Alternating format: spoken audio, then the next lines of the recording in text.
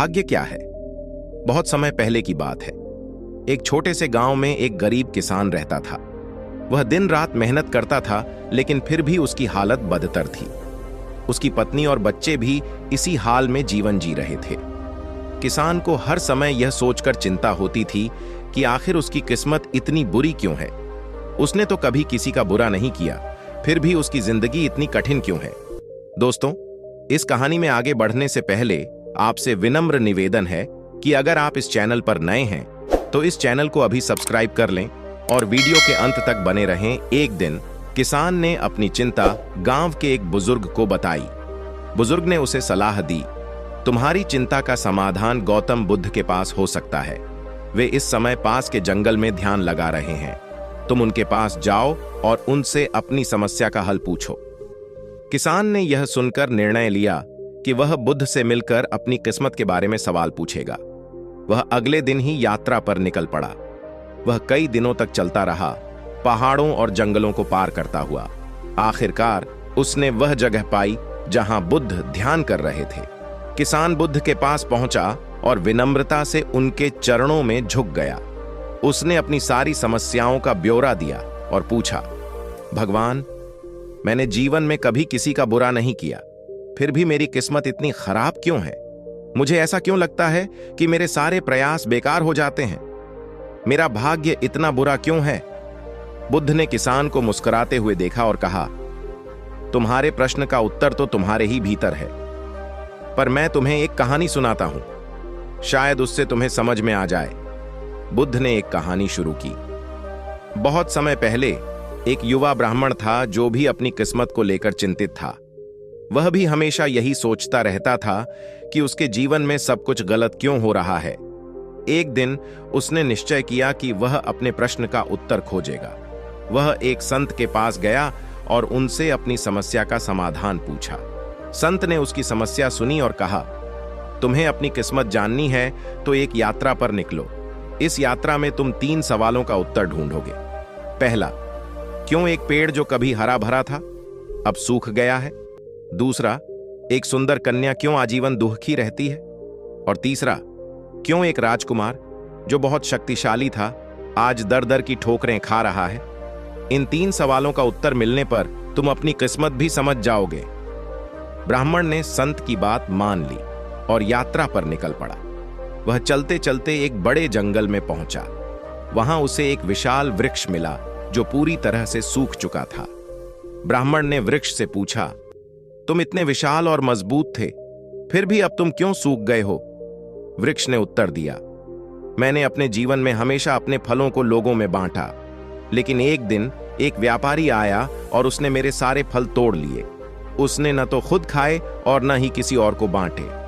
उसने सारे फल इकट्ठा कर लिए और मैं बिना फलों के सूख गया।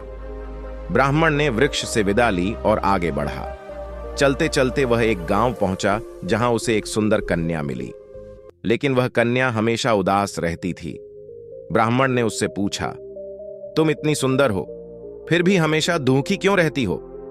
कन्या ने उत्तर दिया, मेरे पास सब कुछ है, सुंदरता, धन और सुविधाएं, लेकिन मुझे सच्चे प्रेम की तलाश है।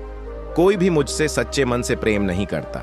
हर कोई सिर्फ मेरी सुंदरता और धन के कारण मुझसे जुड़ता है। इसी कारण मैं हमेशा दुखी रहती हूं। ब्राह्मण ने उसकी बात सुनी और उसे सांत्वना दी। फिर वह अपनी यात्रा पर आगे बढ़ गया। आखिरकार वह एक छोटे से राज्य में पहुंचा जहां उसे एक राजकुमार मिला जो बेहद कमजोर और बीमार दिख रहा था।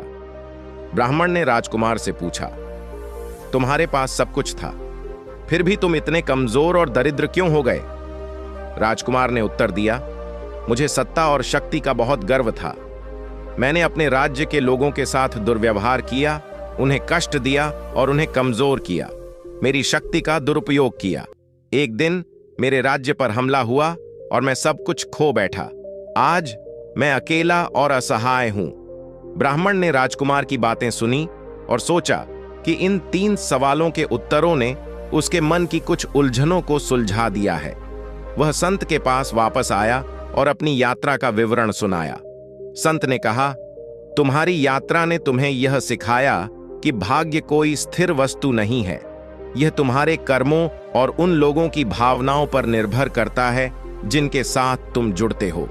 वृक्ष का सूखना, कन्या का दुख और राजकुमार का पतन, यह सब उनके अपने कर्मों का परिणाम था। इसीलिए यदि तुम अपना भाग्य बदलना चाहते हो तो अपने कर्मों को सुधारो और अपने आसपास के लोगों के प्रति दयालु और सच्चे बनो। बुद्ध ने कहानी समाप्त की और किसान की ओर देखा, जो ध्यानपूर्वक सुन रहा था।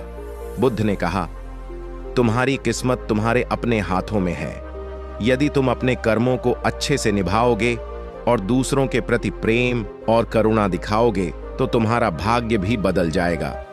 भाग्य कोई बाहरी शक्ति नहीं है, यह तुम्हारे कर्मों का फल है।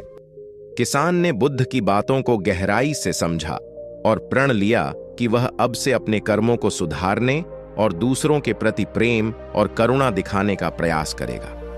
वह बुद्ध को धन्यवाद देकर अपने गांव लौट आया। गांव लौटकर किसान ने अपने जीवन में बदलाव किए। उसने अपनी खेती को और भी मेहनत और लगन से करना शुरू किया। साथ ही वह अपने पड़ोसियों की मदद करने लगा और उनके साथ प्रेम और करुणा से पेश आने लगा। धीरे धीरे उसकी मेहनत का फल मिलने लगा और उसकी फसलें बेहतर होने लगीं। उसकी आर्थिक स्थिति भी सुधरने लगी और उसके परिवार की खुशहाली लौट आई। किसान ने समझ लिया कि भाग्य कोई पूर्व निर्धारित चीज नहीं है, बल्कि यह हमारे अपने कर्मों का परिणाम है। और इसी विचार के साथ उसने अपने जीवन को एक नई दिशा दी। इस कहानी से हमें यह सीख मिलती है कि भाग्य हमारे कर्मों से बनता और बिगड़ता है। यदि हम अपने जीवन में अच्छे कर्म करेंगे, दूसरों के प्रति दया और प्रेम दिखाएंगे, तो हमारा भाग्य भी अच्छा होगा। गौतम बुद्ध की यह शिक्षा हमें यह सिखाती है कि हमारे जीवन का मार्ग हमारे अपने हाथों में है और हमें अपने कर्मों के प्रति सजग रहना चाहिए।